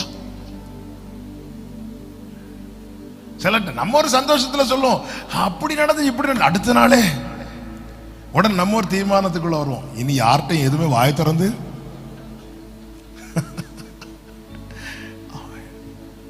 ஆனா தாவீது சொல்றார், நான் பயப்பட மாட்டேன், நான் பயப்பட மாட்டேன். ஹல்லேலூயா. என் வாழ்க்கை தொடங்கினது காட்டுல தான், ஆனா முடிகிறது அவர் வீட்டில். நான் கர்த்தருடைய வீட்டிலே. நான் மரண இருளின் பள்ளத்தாக்கில் இருந்தாலும் என்று சொல்லல, நான் மரண இருளின் பள்ளத்தாக்கில் நடந்தாலும். அப்படின்னா என்ன? என்ன ஒரு பாதையில நடக்க வைக்கிறார்னாலே அது எதை காண்பிக்கிறது? அதை கடக்க வைப்பார் என்பதை காண்பிக்கிறது. கடந்து வரும்போது அங்கு பந்தி ஆயத்தம் பண்ணி வைத்திருக்கிறார். தலையை எண்ணெயால் அபிஷேகம் பண்ணி இருக்கிறார். என்னை முழுவதுமாய் அவரை சார்ந்து கொள்ள பண்ண என்னை நடத்துகிறார், என்னை நடத்துகிறார். இந்த குழந்தைகளை வச்சிருக்கிறவங்களுக்கு தெரியும், ஏதாவது பார்த்து அந்த பிள்ளைங்க பயந்துட்டாங்கன்னா அந்த பெற்றோருடைய கழுத்தை ஒரு பிடி பிடிப்பாங்க பாருங்க, இறுக பிடிப்பாங்க. சில சிச்சுவேஷன்ல என்னை உங்களை நடத்துறது நாம பிடிச்ச பிடி இன்னும் பத்தல. அதான் உண்மை. உறுதியாய் ஒரு கயிறு இருக்குங்க. இப்ப நான் நிக்கிறேன்னு வைங்க, ஒரு கயிறு இருக்கு, நான் அதை பிடிக்கிறேன்னு வைங்களேன், நான் இருக பிடிக்க மாட்டேன். ஆனா இதே இது ஒரு கயிறு இருக்கு, என் கீழே 100 அடி பள்ளம் இருக்கு, நான் எப்படி பிடிப்பேன்? நம்ம எப்படி கை தட்டுவோம் தெரியுமா? அப்படியா? இல்ல. இந்த கை வலித்து ரத்தம் வந்தாலும் நான் அந்த பிடிய விட மாட்டேன். ஏன்னா விட்டா அதுக்கப்புறம் எதுவும் பிடிக்க வேண்டி வராது. இன்னைக்கு நாம நினைச்சிட்டு அவர் இல்லைனாலும் வாழ்ந்துடலாம். ஆண்டவர் சொன்னார், என்ன இல்லாமல் உங்களால் ஒண்ணுமே. உங்க வலது கரத்தை உயர்த்தி கண்களை வானத்துக்கு நேரா ஏறெடுத்து உங்க மனசுல இருந்து ஆண்டவரை பார்த்து சொல்லுங்க, நீங்க இல்லைன்னா என்னால ஒண்ணுமே ஒண்ணுமே ஒண்ணுமே ஒண்ணுமே செய்ய முடியாது. நீங்க இல்லைன்னா வாழ முடியுமா? நீங்க கூட இல்லைன்னா எதுவும் செய்ய முடியுமா? நீங்க இல்லைன்னா வாழ முடியுமா? நீங்க கூட இல்லைன்னா எதுவும் செய்ய முடியுமா? இந்த நிலைக்கு கொண்டு வருவதற்காக சில பாதைகளை கர்த்தர் அனுமதிக்கிறார். யாக்கோபின் வாழ்க்கையில கர்த்தர் ஒரு பாதையை அனுமதித்தார். முதலாவது யாக்கோபுக்கு கர்த்தர் தம்மை வெளிப்படுத்தின போது யாக்கோபு என்ன செஞ்சிருக்கணும்?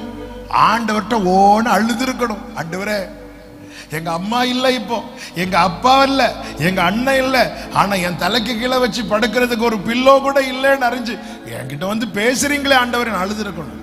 ஆனா அங்க டீல் பேசுறார். ஆண்டவர், நீர் என்னோடு இருந்து நான் போகிற இடத்தில் வருகிற இடத்துல நீங்க பாதுகாத்து உண்ண உணவு உடுக்க உடை தந்தால் நீர் எனக்கு தேவனா இருப்பீர் சொல்லிட்டு போயிட்டாரு.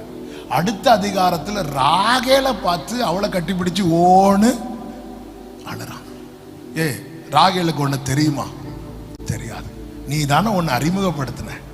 ஆனா கர்த்தர் வந்து அவரே உன்கிட்ட தம்மை அறிமுகப்படுத்துறார். அவர்கிட்ட எல்லாம் நீ அழுதுருக்கணும். புதுசா ஒருத்தைய பார்த்து அழுறிய, அவளால நீ அழ போறேன்னு தெரியுமா உனக்கு? மனுஷன்ட்ட அழுறவங்களால கர்த்தர்ட்ட அழ முடியாது. கர்த்தர்ட்ட அழுகிறவங்களை மனுஷன்ட்ட அழ கர்த்தர் விட மாட்டார். நாட்கள் சென்றது. 20 வருடம் கழித்து இப்பொழுது ஒரு பிரச்சனையினால நெருக்கப்படுகிறான். யாக்கோபு பார்த்தான். அன்னைக்கு ராகேல் யாருன்னு தெரியாது, இன்னைக்கு ராகேல் அவனுடைய மனைவி. ஆனா இந்த பிரச்சனை மாறணும்னா ராகேல்ட்ட அழுத மாறாது.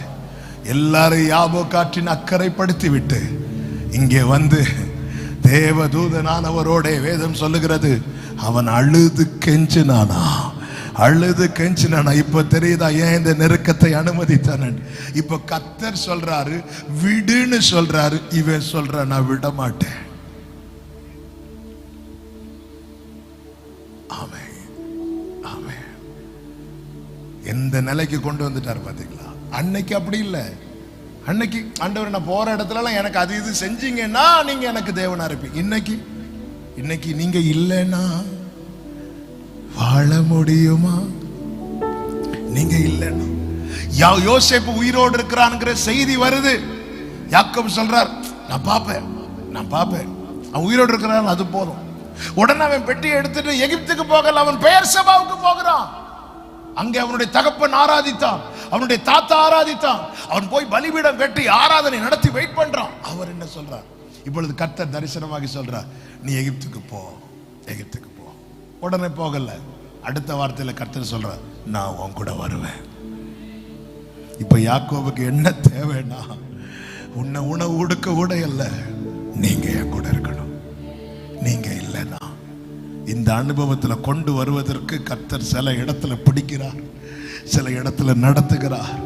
ஆண்டவரே, என் வாழ்க்கையில நீங்கள் அனுமதித்தது எல்லாமே என் நன்மைக்காக மாத்திரம் சொல்றவங்க நல்ல கரங்களை தட்டி, அனுமதித்ததெல்லாம் நன்மைக்காக, நடத்திடும் பாதைகளும் நன்மைக்காக. பாடுங்க, அனுமதித்ததெல்லாம் நடத்திடும் பாதைகளும் நன்மைக்காக, அதினதின் காலத்தில் நேர்த்தியாய் செம்மையாய் எனக்கான யாவும் செய்து முடிப்பீர். அதினதின் காலத்தில் நேர்த்தியாய் செம்மையாய் எனக்கான யாவும். அப்படியே கைகளை உயர்த்தி சத்தமாய், உங்க கைகள் குறுகவில்லை, உம்மால் கூடாதது எதுவும் இல்லை. நீங்க பாடுங்க சத்தமாய், உம்மால் கூடாதது, உம்மால் கூடாதது எதுவும் இல்லை, உம்மால் கூடாதது எதுவும் இல்லை, இயேசுவால் கூடாத. மெட்டீரியல் பிளெஸிங் ரியல் பிளெஸிங் பார்க்காதீங்க. அது நன்மை.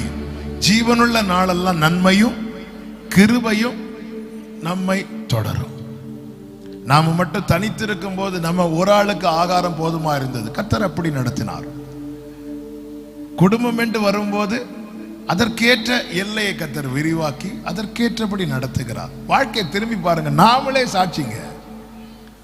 இனி நடத்துவார் என்பதற்கு நம்மை நடத்தின பாதையே சாட்சி. ஹல்லேலூயா. நடத்துவார் நம்புறீங்களா? ரியல் பிளெஸிங் எது தெரியுமா? சத்துருவால கை வைக்க முடியாத பிளெஸிங் எது தெரியுமா? இதே சங்கீதம் 73 5 காரியங்களை சொல்லி, ஆமென், வேகமா சொல்லி நான் ஜெபிக்கிறேன். முதலாவது, God's presence. சங்கீதம் 73:23. ஆனாலும் நான் எப்பொழுதும் உம்மோடு இருக்கிறேன். இதை கை வைக்க முடியாது. நான் மரண இருளின் பள்ளத்தாக்கில் நடந்தாலும் பொல்லாப்புக்கு பயப்படேன், தேவரீர் உம்மோடு. நீ பார்த்தல்லப்பா, செல்வமா ஒருத்தன் வாழ்ந்தான், துன்மார்க்கருடைய வாழ்க்கை. அவன் இப்ப எங்க? 19 சொல்லப்பட்டிருக்கிறது. ஃபீட்பேக் வந்துட்டு இருக்கு. துன்மார்க்கர் அவர்கள் ஒரு நிமிஷத்தில் எவ்வளவாய் பாழாய் போகிறார்கள். இங்க பாரு ஆசாபே, உன் வாழ்க்கையில ஒரு சறுக்கல் வந்துச்சு. உன் வாழ்க்கையில ஒன்றல்ல, நீ சொல்ற நாள்தோறும் வாதிக்கப்பட்டும் காலைதோறும் தண்டிக்கப்பட்டும் இருக்கிறேன். ஆனா அவன் வாழ்க்கையில ஒரே ஒரு பிரச்சனை தான் வந்துச்சு, அவன் இல்லை. ஆனா இன்னைக்கு நீ இருக்கிற ரீசன் என்ன தெரியுமா? கர்த்தர் உன் கூட இருக்கிறார். வேதம் முழுவதும் நம்பிக்கை இழக்கிற நிலையில் இருக்கிற தேவ பிள்ளைகளுக்கு கர்த்தர் கொடுக்கிற நம்பிக்கை என்ன தெரியுமா? நான் உன் கூட இருக்கிறேன். நீங்க என் கூட இருக்கிறது தான் எனக்கு ஆசீர்வாதம் சொல்றவங்க மாத்திரம் கைகளை உயர்த்தி ஆமேன்னு சொல்லுங்க பார்க்கலாம். நீங்க என் கூட இருக்கணும், நீங்க என் கூட இருக்கணும். காலை மாலை எல்லாம் வேளையிலும் என்னை நடத்தும் கரங்கள். நான் பார்க்கணும் ஆண்டவரே. ஓ, என் தேவை பெருகும் போது சிக்கி தவித்திடாது உதவும் கரங்கள் நான் கண்டே. எல்லா நெருக்கத்திலும் என்னை வீழாமல் காக்கும் அன்பின். பிரியமான கர்த்தருடைய பிள்ளைகளே, ஆண்டவருடைய பிரசன்னம் இதை இழந்துராத. மோசேக்கு ஆரம்பத்தில் புரியாததுனால எதையெல்லாமோ கேட்டான். நான் உங்க கூட பேசினதுக்கு முன்பாகிலும் பேசினதுக்கு பின்பாகிலும் நான் வாக்கில் வல்லவன் அல்ல. ஆண்டவரே, என் நாவு இப்ப மந்த நாவாயிட்டு, இதை சரி பண்ணிட்டீங்கன்னா நான் வாழ்ந்துருவேன்னு சொன்னான். அதான் அப்படி கேட்கிறான். ஆனா பின்னாட்கள் போக போக இப்ப கர்த்தர் சொல்ற, என் கண்ணுல உனக்கு கிருபை கிடைச்சது மோசே. இப்ப கேட்டிருக்கலாம் மோசேக்கு, என்னெல்லாம கேட்டிருக்கலாம், வேற ஒண்ணும் கேட்கல. ஆண்டவரே, உங்க சமூகம் என் கூடவே இருக்கணும். ஆண்டவர் சொல்ற, என் சமூகம் உனக்கு முன்னாடி போகும். முன்னாடியா? நோ, உங்க சமூகம் என்னோடு இராமல் இருந்தா நான் இங்கிருந்து போக மாட்டேன். தேவ பிரசன்னம், அதுதாங்க ரியல் பிளெஸிங். இரண்டாவது, God's security. தேவனுடைய பாதுகாவல். அதே சங்கீதம் 73:23 சொல்லப்பட்டிருக்கிறது, ஆமென், என் வலது கையை பிடித்து தாங்குகிறேன். துன்மார்க்கனுடைய செல்வம் அவனை தாங்கவில்லை. அவனுக்கு ஒரு சறுக்குதல் வந்தபோது அவன் ஒரு நிமிஷத்துல பாழாயிட்டான். ஆனால் என் கால் சறுக்குதலுக்கும் என் அடிகள் சறுக்குதலுக்கும் தப்புறதுக்கு காரணம் என்ன தெரியுமா? அவருடைய வலதுகரம் என்னை தாங்குகிறது.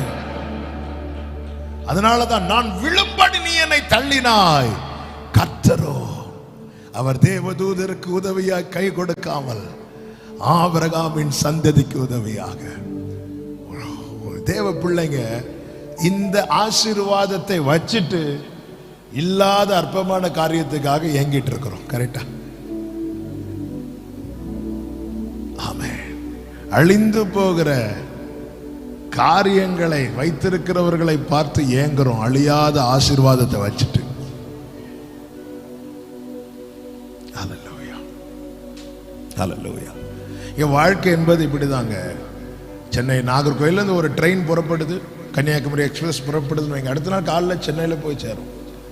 அதில் அன்ரிசர்வ்டு கோச் இருக்கும், ஸ்லீப்பர் கிளாஸ் இருக்கும், தேர்ட் ஏசி இருக்கும், செகண்ட் ஏசி இருக்கும், ஃபர்ஸ்ட் ஏசி இருக்கும். ஃபர்ஸ்ட் ஏசி வந்து ரொம்ப பியூட்டிஃபுல்லாக இருக்கும் பார்க்குறதுக்கு, தனி கேபின் போட்டிருப்பாங்க எல்லாம். ஆனால் ஃபர்ஸ்ட் ஏசியில் இருக்கிறவங்களை சீக்கிரம்லாம் கொண்டு போய் விட மாட்டாங்க. ஒரே டைம் தான் எல்லாருக்குமே ஸ்டார்ட் ஆகும், ஒரே ட்ராக்கில் தான் எல்லாரும், ஒரே இடத்துல தான் எல்லாம் போய். இதுதான் வாழ்க்கை. கொஞ்சம் கேபினில் டிஃப்ரெண்ட் இருக்கும், அவ்வளோதான். ஆனால் எல்லா வண்டியும் ஓடும், எல்லா கோச்சும் ஓடும். சீட்டு கூட இல்லாமல் நினைக்கிறவங்க அதே ட்ரெயினில் ஏதோ ஒரு இடத்துல ட்ராவல் பண்ணுவாங்க. அவங்களும் அதே ட்ராக்கில் தான் போகிறாங்க. லைஃபுங்கிறது இவ்வளோதான். நேற்று நைட்டு தூங்குனீங்களா? தூங்கணும். எதில் தூங்கணுங்கிறதுல வித்தியாசம் இருக்கு, ஆனால் எல்லாருக்கும் தூக்கம் தான். உண்மையான ஆசீர்வாதத்தை, அதாவது உண்மை ஒருத்தர் நன்மை அனுபவிக்கிற என்ன தெரியுமா? பெரிய வீட்டில் நல்ல ஏசி மாட்டிட்டு பெரிய பெட்டில் படுத்துட்டு தூக்கம் வராமல் உருண்டுட்டு இருக்கிறான்ல, அவன் ஆசீர்வதிக்கப்பட்டவன். கிழிஞ்ச பாயானாலும் படுத்தவன நல்லா தூங்குறான் தெரியுமா? அவன் தான் ஆசீர்வதிக்கப்பட்டவன். வீடு ஃபுல்லாக ஆகாரத்தை வச்சுட்டு எனக்கு சாப்பிட மனசு இல்லைன்னு சொல்றாங்க தெரியுமா? அவங்க எல்லாம் ஆசீர்வதிக்கப்பட்டவங்க. கஞ்சியே இருந்தாலும் ஸ்தோத்திரம் பண்ணி குடிச்சு திருப்தியா இருக்கிறாங்க தெரியுமா? அவங்க தான் ஆசீர்வதிக்கப்பட்டவங்க. ஒரு சகோதரர் அவருக்கு காரில் என்னை அழைச்சிட்டு போறார். அவருக்கு வேதனையெல்லாம் கொட்டிட்டு இருக்கிறார். அப்படி பஸ் ஸ்டாண்டு பக்கம் போகும்போது இப்படி அங்கே பஸ் ஸ்டாண்டில் படுத்திருப்பாங்கல்ல, இப்படி பார்த்துட்டு என்ன பார்த்து என்ன சொன்னார் தெரியுமா? இவங்களெல்லாம் பார்த்தா எனக்கு பொறாமையா இருக்கணும். ஏன்னா அவர் தூங்கி பல இரவுகள் ஆச்சு, அவ்வளோ வலி. நாம எதையோ நினைச்சிட்டு இருக்கோங்க. என் கூட கர்த்தர் இருக்கிறார். உலகத்தின் முடிவு பரியந்தம் சகல நாட்களிலும் இதை பிளெஸிங்கா பார்க்கிறவங்க அவரை கொண்டாட ஆரம்பிப்பாங்க. எத்தனை சறுக்கல்கள் வாழ்க்கையில வந்துச்சு. இந்த ஆசாபுக்கு இப்பதான் புரியுது. எனக்கு வந்த டெய்லி பிரச்சனையில ஒரே ஒரு பிரச்சனை அந்த துன்மார்க்கனுக்கு வந்துச்சு. அவன் இல்ல, ஆனா நாள்தோறும் வாதிக்கப்பட்டு காலைதோறும் தண்டிக்கப்பட்டு நான் இருக்கிறேன். என்ன ரீசன்? என்ன ரீசன்? அவன்கிட்ட பணம் இருக்கலாம், புகழ் இருக்கலாம், எல்லாம் இருக்கலாம், ஆனா என்னை தாங்குகிற கரம் எனக்கு இருக்கிறது. கைகளை தட்டி ஆண்டவருக்கு மகிமை செலுத்துவோமா? மூன்றாவது என்ன தெரியுமாங்க? காட்ஸ் கைடன்ஸ், ஆண்டவருடைய வழி நடத்துதல். 24வது வசனத்தில் சொல்லப்பட்டிருக்கிறது, உம்முடைய ஆலோசனையின்படி நீர் என்னை நடத்தி. ஆமென். ஆலோசனையின்படி தாவீது சொல்லுகிறார், உம்முடைய ஆலோசனைகள் எத்தனை அருமையானவைகள், அவைகளின் தொகை அதிகம். எனக்கு ஆலோசனை தந்த கர்த்தரை நான் துதிப்பேன். உன்மேல் என் கண்ணை வைத்து உனக்கு ஆலோசனை. வழி நடத்துறதுக்கு அப்பா இருக்கிறார்களாங்க. வலதுபுறம் இடதுபுறம் சாயும் போது வழி இதுவே, இதிலே நடவுங்க. 4வது பிளெஸிங் என்ன தெரியுமா? 26வது வசனத்தில் சொல்லப்பட்டிருக்கிறது, என் தேவன் என்றென்றைக்கும் என் இருதயத்தின் கண்மலையும் என் பங்குமாயிருக்கிறார். என்னுடைய சுதந்திரம்,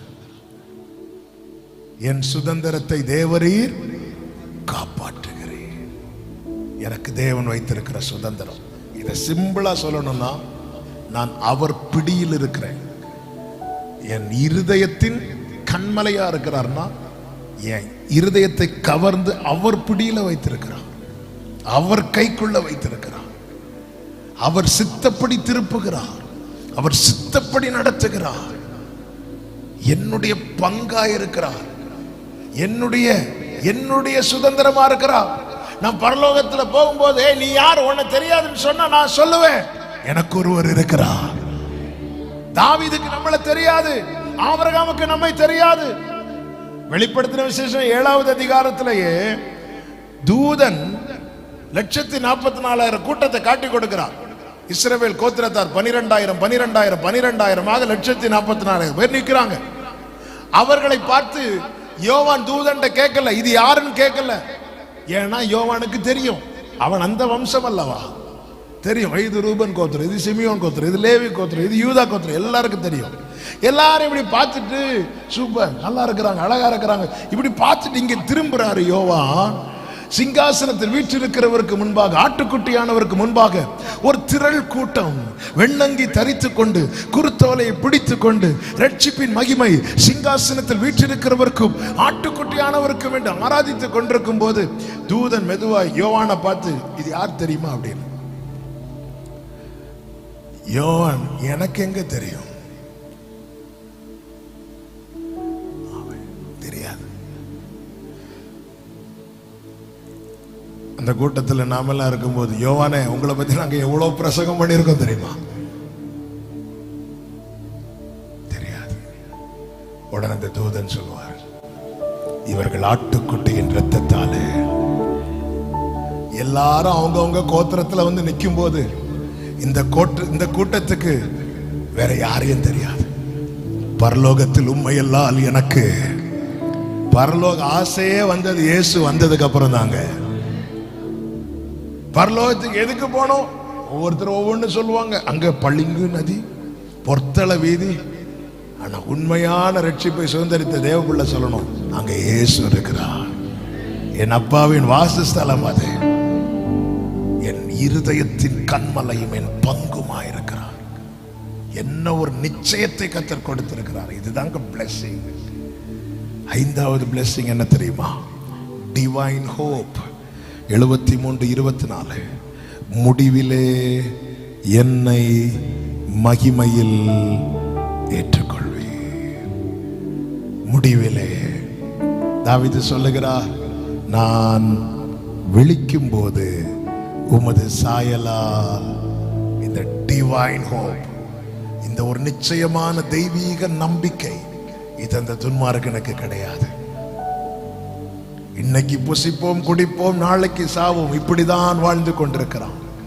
ஆனா ஒரு தேவ பிள்ளை, என்ன ஒரு நம்பிக்கை, எந்த நோட்டம் ஜெயத்துடன் முடியும் அந்த நாடு. ஆசாவே இப்ப சொல்லு, அந்த லைஃபா இந்த லைஃபா? ஆசாப் அந்த லைஃபே மறந்துட்டாரு. இப்ப சொல்றார், எனக்கோ தேவனை அண்டி கொண்டிருப்பதே நலம். பிரியமான கர்த்தருடைய பிள்ளைகளே, ஒன்று நம்முடைய முடிவு அல்லது கர்த்தருடைய வருகை, ரெண்டுல ஒண்ணு கண்டிப்பா நடக்கும். ஆனா நம்முடைய ஓட்டம் முடியும் போது நல்ல நிச்சயத்தோடு இந்த தெய்வீக நம்பிக்கை தான் கர்த்தர் நமக்கு தந்திருக்கிறார். அதற்காக தான் கண்ட பாதையில நடத்தாம கர்த்தர் நியமித்த பாதையில நடத்துகிறார். தகப்பன் சிட்சிக்கிறார்னா சந்தோஷப்படுங்க. இன்னைக்கு அவர் கிருபாசனத்திலிருந்து அடிக்கிறார், நாளை அவர் நியாயாசனத்தில் உட்கார போறார். கிருபாசனத்திலிருந்து அடிக்கிறார்னா காலையில் அடிச்சாலும் மாலையில் சரி போடுற மக்களை வா அப்படி சொல்லிட்டு நம்மை அணைப்பார். அவருடைய கோபம் ஒரு நிமிஷம், அவருடைய தயவோ. ஆனா நியாயாசனத்தில் அப்படி அல்ல, நீதியுள்ள தீர்ப்பு வழங்குவார், அவனவன் கிரியைக்கு தக்கதா. அதனாலதான் கர்த்தருடைய சிக்ஷையை அற்பமா எண்ணாத, அவர் கடிந்து கொள்ளும் போது சோர்ந்து போகாத. தகப்பன் தான் நேசிக்கிற புத்திரனை சிக்ஷிக்கிறது போல கர்த்தரும் எவனிடத்தில் அன்பு கூர்ந்து யாரை சேர்த்து கொள்ள சித்தமா இருக்கிறாரோ அவர்களை எப்படி சிக்ஷிக்கிறாரா? கடிந்து கொண்டு. நான் ஒரு சின்ன தப்பு பண்ணாலே என் நெஞ்சு அடிக்குதுன்னா நான் கரெக்ட் சோன்ல இருக்கிறேன்னு அர்த்தம். நான் எவ்வளவு தப்பு பண்ணாலும் எனக்கு ஒரு பிரச்சனை, ஆண்டவரும் ஏன்னு கேட்கல, நான் நியாய தீர்ப்புக்கு நியமிக்கப்பட்டு விட்டேன் என்று அர்த்தம்.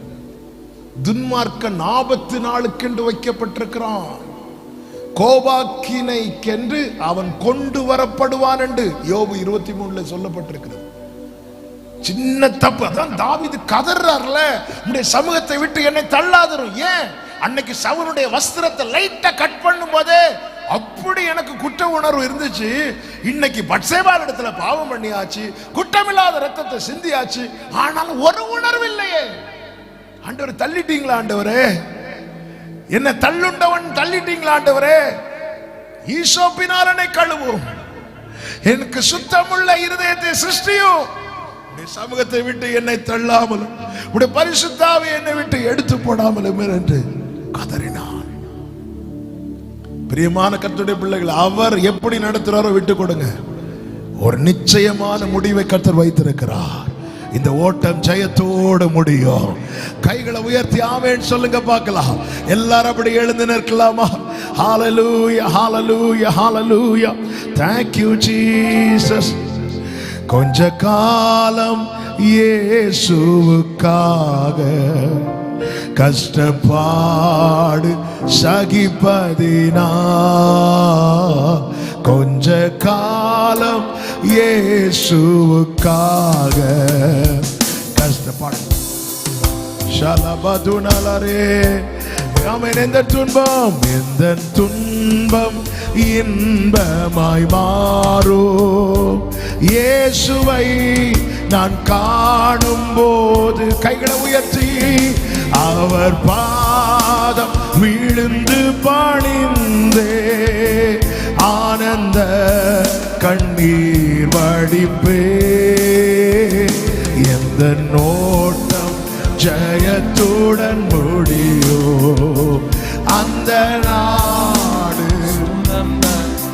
சத்தமா. எந்த நோட்டம் ஜெயத்துடன்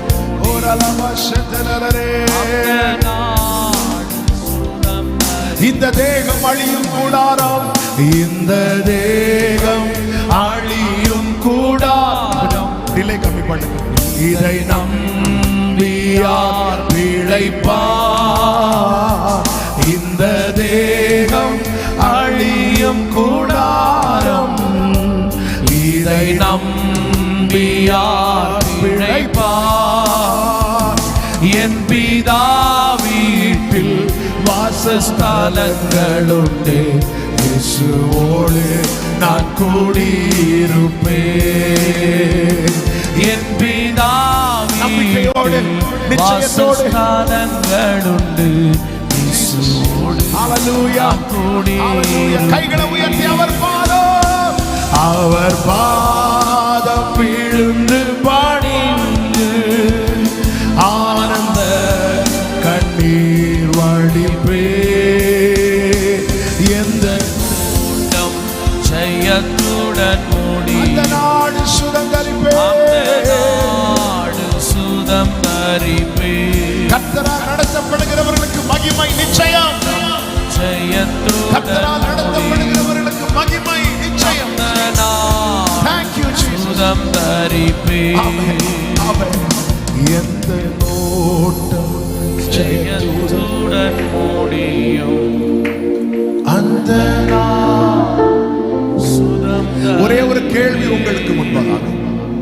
ஏன்னா நம்ம சிலருடைய வாழ்க்கையை பார்த்து நிறைய விரும்புறோம். கொஞ்சம் டிலே கம்மி பண்ணுங்க பிரதர், டிலே ரொம்ப வைக்காதீங்க ப்ளீஸ். டிலே கொஞ்சம் கம்மி பண்ணுங்க, ரொம்ப வைக்காதீங்க. ஆண்டவர் ஒரே ஒரு கேள்வியை கேட்கிறார், நீ விரும்புகிறபடி நான் உன்னை நடத்தவா, நான் விரும்புகிறபடி நடத்துவான்னு கேட்கிறான். இந்த ராத்திரி வேளையில எப்படி ஒப்பு கொடுக்கணும் ஆண்டவர்கிட்ட? ஆண்டவரை இப்படி இருந்தா நல்லா இருக்கும், அப்படி இருந்தா நல்லா இருக்கும். ஆண்டவர் ஒரே ஒரு கேள்வி சிம்பிளா கேட்கிறான், நீ விரும்புகிறபடி நான் உன்னை நடத்துவேன், இல்ல நான் ஒரு ட்ராக் உனக்கு போட்டிருக்கிறேன் அதன்படி நடத்துவேன். ஆண்டவரே எனக்கு நீங்க நீங்க நியமித்த பாதையில் என்ன நடத்தினா போதும்னு சொல்றவங்க மாத்திரம் உங்க வலது கரத்தை சும்மா தூக்க கூடாது, அப்படியே ஒப்பு கொடுத்து ஜெபம் பண்ண போறீங்க. ஆண்டவரே, எனக்குள்ள 1000 விருப்பங்கள் இருக்கிறது என்பது, ஆனா இல்லப்பா, அந்த மகிமையை நான் அடையணும்னா நான் விரும்புகிறபடி நடந்தால் அடைய முடியாது. மனுஷனுக்கு செவ்வையாய் தோன்றுகிற வழிகள் உண்டு, அதன் முடிவோ மரண வழிகள். ஆனால் தேவன் நியமித்த பாதையின் முடிவோ மகிமை.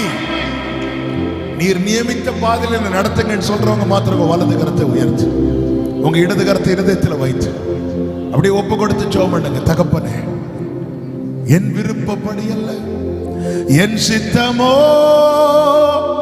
ஒன்றும் வேண்டாம், என் பிரியனே, என் இயேசுவே, என் சித்தமோ ஒன்றும் வேண்டாம், என் பிரியனே, என் இயேசுவே, திருமார்பில் நான் சாய்ந்திடுவேன், மறுபிரயாண காலம் வரை திருமார்பில் நான் சாய்ந்திடுவேன், மறுபிரயாண. 2 கைகளை உயர்த்தி கேளுங்க. வழிதுவே என்று சொல்லும் இனிய கீதம் தொனித்திடட்டும், வழிதுவே என்று சொல்லும் இனிய கீதம். அர்ப்பணிப்போடு உம் சித்தம் போல், உம் சித்தம் போல் என்ன என்றும் நற்பரனே நீங்க நடத்துங்கப்பா. உங்களுடைய ஆலோசனைப்படி எங்களை நடத்தி முடிவிலே எங்களை மகிமையில ஏற்றுக்கொள்வி. நீ நடத்தும் போது மகிமை நிச்சயம். உம்மால் நடத்தப்பட்டால் மட்டுமே மகிமை நிச்சயம். ஆண்டவரே, எங்க சித்தம் ஒன்று வேண்டாம், என் பிரியனே, என் இயேசுவே, என் சித்தமோ ஒன்றும் வேண்டாம், என் பிரியனே. அப்படியே கர்த்தருக்கு மகிமை செலுத்தும்படியாய் கைகளை அசைத்து ஹல்லேலூயா.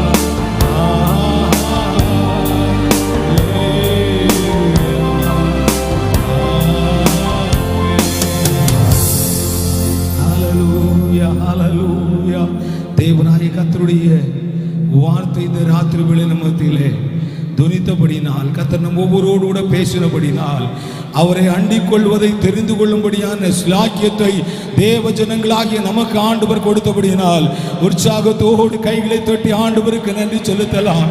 இந்த உலகம் வேண்டாம், உலகத்தில் உள்ள ஒன்று வேண்டாம், அவர் ஒருவரே போதும், அவரை அண்டிக் கொள்வதே போதும் என்று தெரிந்து கொள்ளத்தக்கதாய் ஆண்டவர் இந்த நாளுக்கு நம்மை வழிநடத்தினபடியினால், ஒருவேளை உலகத்தை பார்த்து சோர்ந்து போயிருக்கலாம், உலகத்தில் நடக்கிற காரியங்கள் நம்முடைய வாழ்க்கையிலே மற்றவர்களுக்கு நடக்கிற காரியங்கள் இந்த வாழ்க்கையில் நடக்கவில்லையே என்று அங்கலாய்த்து கொண்டிருக்கலாம்.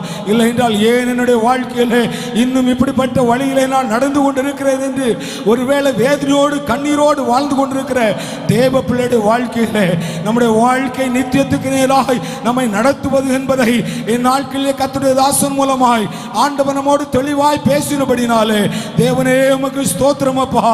எங்களுடைய வாழ்க்கையிலே என்ன வந்தாலும் உம்மையே நாங்கள் பிடித்துக் கொள்வோம், எங்கள் ஆயுசு உள்ளவரை உம்மையே சேவிப்போம், உமக்காய் வாழ்வோம். என்ன வந்தாலும் நாங்கள் உம்மை கைவிட மாட்டோம் ஆண்டவரே, உம்மை விட்டுவிட மாட்டோம் ஆண்டவரே. சிலுவையை சுமந்து உம்மை பின் செல்வதற்கு கர்த்தாவே எங்களை நீர் அழைத்திருக்கிறபடினால் ஸ்தோத்திரம் என்று சொல்லி ஒப்பு கொடுத்த ஒவ்வொரு தேவ பிள்ளைகளையும் ஆண்டவர் நிறைவாக்கி நடத்துகிறபடினால் ஸ்தோத்திரம். ஒவ்வொருடைய கண்ணீரை கத்த துடைத்தபடினால், பல ஆண்டுகளாக காணப்பட்ட கண்ணீருக்கு தேவன் ராத்திரி வேளையில பதில் கொடுத்தபடினால் உமக்கு ஸ்தோத்திரம் ஆண்டவரே. பலருடைய வேதனைகளை கர்த்தர் ராத்திரியிலே மாற்றினபடினால் ஸ்தோத்திரம் ஆண்டவரே. நித்திய மகிழ்ச்சி அவருடைய தலை மேலே ஆண்டவர் வைத்தபடினால் உமக்கு ஸ்தோத்திரம், உமக்கு நன்றி, உமக்கு நன்றி அப்பா.